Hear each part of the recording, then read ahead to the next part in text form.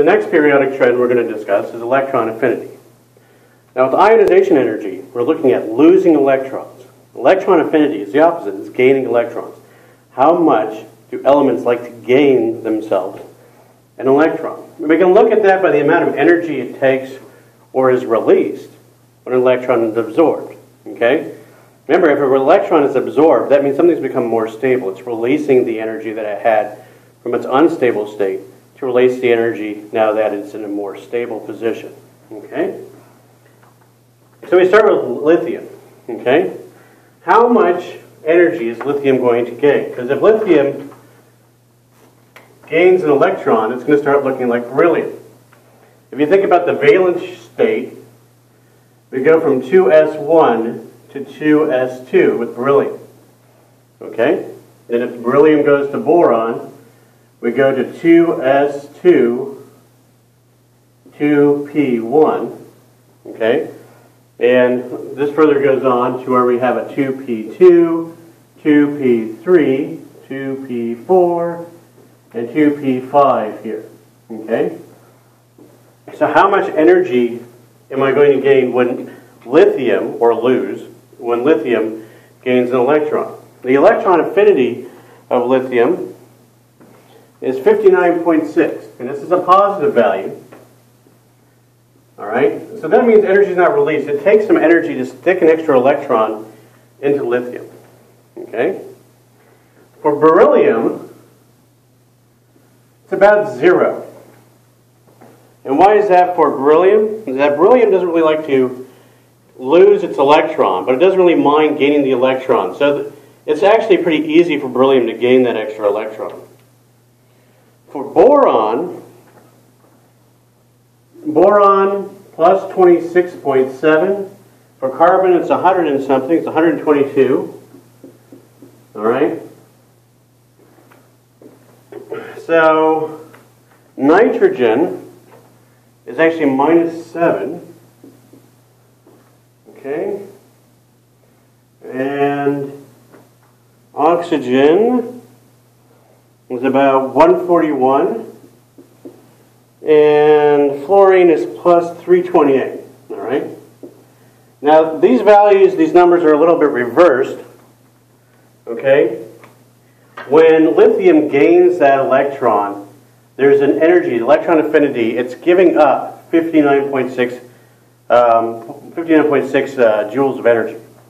This is an exothermic process. Even though I've got this label as positive here, it's electron affinity, we refer to those as positive, because we like reversing things and confusing people, right?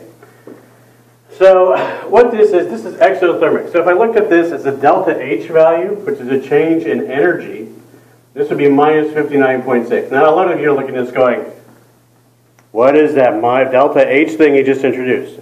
It's enthalpy. We haven't run into enthalpy just yet, but I do want to describe this as an exothermic process. Okay, I don't want to confuse you, because we will deal with electron affinity later. So all of these values that we get for electron affinity, each one of these values that's positive means that there's a net loss of energy in this case. They don't mind gaining an electron. For beryllium, it's 0. For boron, boron likes gaining an electron. Now if you look at carbon, there's a big stability increase in carbon, plus 122. Why is that the case? If you think about the electrons, we go to that 3-electron state. So for carbon, I'm going from 2 electrons, and then for nitrogen, I start filling this up. Okay? And once I fill it up with just 1 electron, there's a little bit of stability that's there. Once I put in that extra electron going to oxygen, all right, there's the nitrogen state. That extra electron from oxygen, okay, the electron that goes over here is -7. So that means I have to put energy in to get that electron in that state. And that makes sense because we start running into Hund's rule right here. There has to be a little bit of energy increase because we're jamming another electron into an orbital. We're increasing a little bit of the shielding, and we're cramming things into an orbital. 2 electrons are repelling each other. They don't really mind being in an orbital together, but there is an energy tax that I have to pay for squeezing them both in the same orbital. Okay? When I go to oxygen, it's gaining energy for that extra electron. And look at fluorine's gain. Look at fluorine's gain in stability here at plus 328. That's a huge value. That means that it's releasing a lot of energy when it gains that. And that makes sense. Because when fluorine, and if you look at fluorine here, fluorine has 7 electrons, okay, and 5 in the p. If it gains another electron, the electron affinity, it's going to become much more stable, which is why we see that large gain in energy, or the gain in stability there. That energy is released at that point. Okay? So that makes sense. Now, if you look at the bottom level of the periodic table, okay, the third row elements, if you look at sodium, sodium is 52.9. This is still about 0. For aluminum, we get to 42.5. Silicon, what would you guess? Would you guess that that number should be larger? Well, look at the pattern that we established up here. Is that a larger value? Right? If you said it should be larger, congratulations, you're beginning to recognize some periodic trends. And this value is actually plus 134. So good for you. Right? Now what about phosphorus?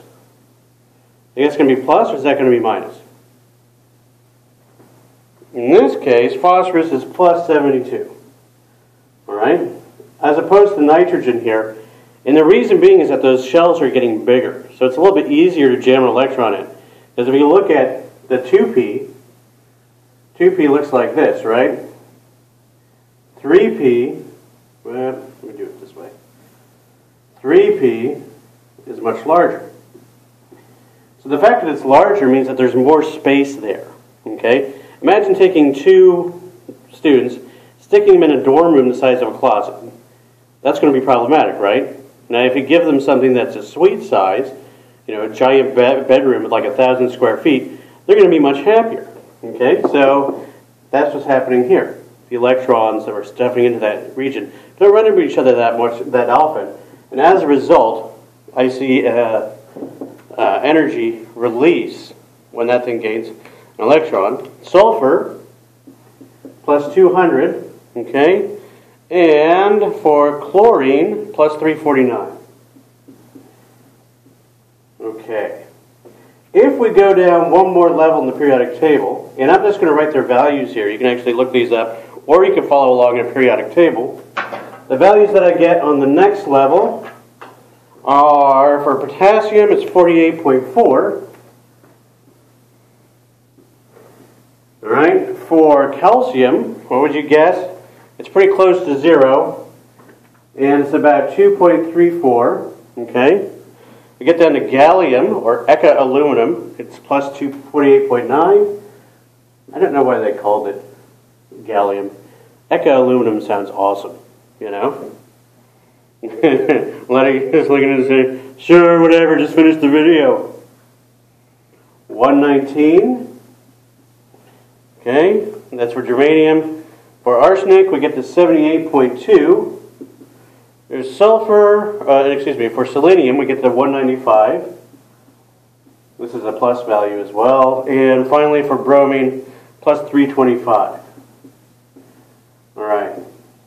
Now, if we're looking at the patterns that we're establishing here, as we move down the periodic table, going down this direction, we're seeing a decrease in electron affinity. And this kind of makes sense because it's kind of easier for those shells, as they get larger and more diffuse, it's easier for them to inhabit, or to have an electron inhabit one of those more diffuse orbitals. Okay? Same thing over here. When I get down to this region, notice I go from plus 26.7 to 42.5 to 28.9. And let me draw in, I think I have 28.9 for indium, thallium is 19.3.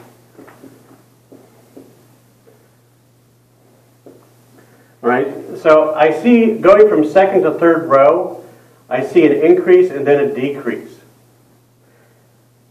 There's a reason for this, and I'll explain it here in a second. For silicon, I go to plus 134, then 119, all right, and then I go to 107 and 35. Both of these positive values. In the phosphorus column, I go to 103 and 91. All right. So let's see, yeah. And then for the oxygen column, plus 195 to go 190, 183.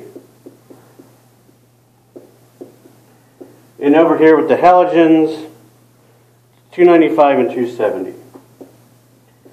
Okay, for the most part, as we move down the periodic table,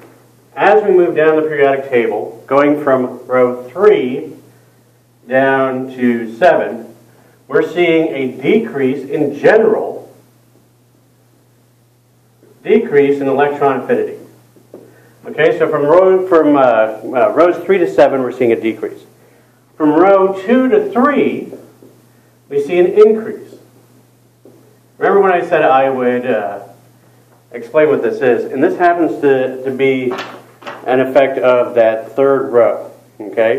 When we get to that third row, we can expand into that D shell. And that D shell has some pretty strange effects. Matter of fact, the strange effect is that when it's empty, and it's still in the same energy levels, and remember how 3D is behind 4S? It's still in the 3s. It means it's available for extra electrons to be dumped into it. All right, so that's why we see an increase here in the third row and then a decrease. But going from second row to third row, all right, it's easier to accommodate some extra electrons. So that's why the energy is a little bit, we get a bigger energy gain when we absorb an electron there. All right? And then for everything else down here, generally we see another decrease, okay? The only exception being is over here in the phosphorus column, 72, 78, it kind of increases here and then goes back down. All right? And this happens to be an effect of this gaining this other electron. It kind of messes things up just a little bit. And that's why we see that little deflection there. That's why I say this rule, it's not really just a rule so much as it's a guideline for these effects. All right?